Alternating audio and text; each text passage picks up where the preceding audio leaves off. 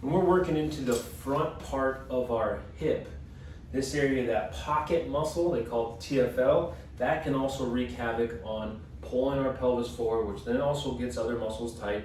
But that's another muscle that can be really super tender because we sit a lot, we don't really challenge that muscle a bunch, it doesn't get a whole lot of range of motion. So using the PSO-STICK, it's really nice because I can be able to get into this area and get it cleaned up, but we want to bring our hip back, okay? So we don't want to be in this straight position here and just kind of just grinding onto it. We want this muscle to be relaxed in order to really get into those fibers. So by just sending my hip back here, now I can be able to really get into those fibers. And then I'm just doing these short little passes, not trying to get onto this bone right here. We don't want to grind onto that and aggravate that area. We want to stay down below it right here, and you'll find that muscle, pinch around, and you'll find that area. Now I'm going to push into it. I'm going to go side to side.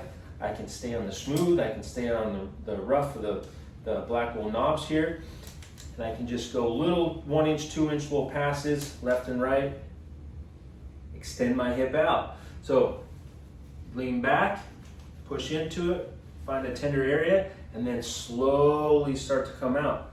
Do it again, slowly start to come out.